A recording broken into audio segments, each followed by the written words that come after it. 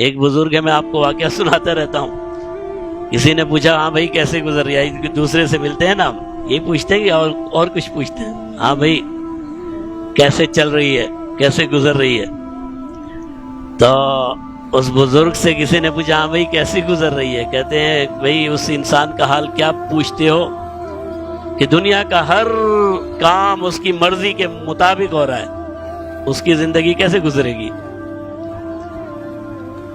کہا میری زندگی تو ایسے گزر رہی ہے کہ دنیا کا ہر کام میری مرضی کے مطابق ہو رہا ہے.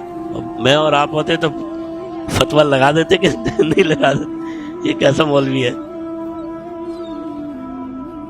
دنیا کا ہر کام میری مرضی کے مطابق ہو رہا ہے، میرے کیا پوچھتے ہو. وہ بڑے مزے میں گزر رہی ہے، دنیا کا ہر کام میری مرضی کے مطابق ہو رہا ہے. تو کسی دوسرے نے کہا حضرت یہ کیسے ہو سکتا ہے. فرمایا اس طرح ہو سکتا ہے کہ میں نے اپنی رضا کو اللہ کی رضا کے مقابلے میں قربان کر دیا. دنیا کا کوئی کام اللہ کی رضا کے بغیر تو ہو نہیں سکتا.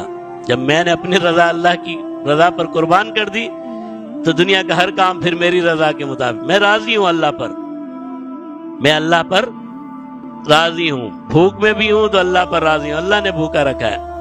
پریشانی میں بھی ہوں تو اللہ پر راضی ہوں، اللہ نے پریشانی دی ہے. غمگین بھی ہوں تو اللہ پر راضی ہوں کہ اللہ نے غم دیا ہے. اور اگر خوشی میں بھی ہوں تو اللہ پر راضی ہوں کہ یہ خوشی بھی اللہ کی طرف سے آئی ہے. فَلَنُحْيِيَنَّهُ حَيَاتًا طَيِّبَةً کا مطلب یہ ہے کہ جب انسان نیک عمل کرتا رہتا ہے اور نیکیوں کو آگے بڑھاتا رہتا ہے تو اللہ رب العزت اسے اپنے سے قریب کرتے رہتے ہیں. پھر وہ انسان اللہ کے قریب ہوتا رہتا ہے، اور جیسے جیسے وہ اللہ کے قریب ہوتا رہتا ہے اس کی رضا، اس کی خواہشیں، اس کی امیدیں، اس کی زندگی اللہ کی رضا کے مطابق ہوتی رہتی ہے. ایک دن ایسا آتا ہے کہ وہ اللہ کی رضا پر قربان ہو جاتا ہے. فَلَنُحْيِيَنَّهُ حَيَاتًا طَيِّبَةً پھر دنیا کی کوئی پریشانی اس کے لیے پریشانی رہتی ہی نہیں ہے. دنیا کی کوئی تکلیف رہتی نہیں ہے. اسے معلوم ہے اللہ نے دی ہے، اسے معلوم ہے یہ تکلیف اللہ نے اس کے مقدر میں لکھی ہے. اگر اس کا رب اسے پریشان ہی دیکھنا چاہتا ہے تو پریشان ہی صحیح.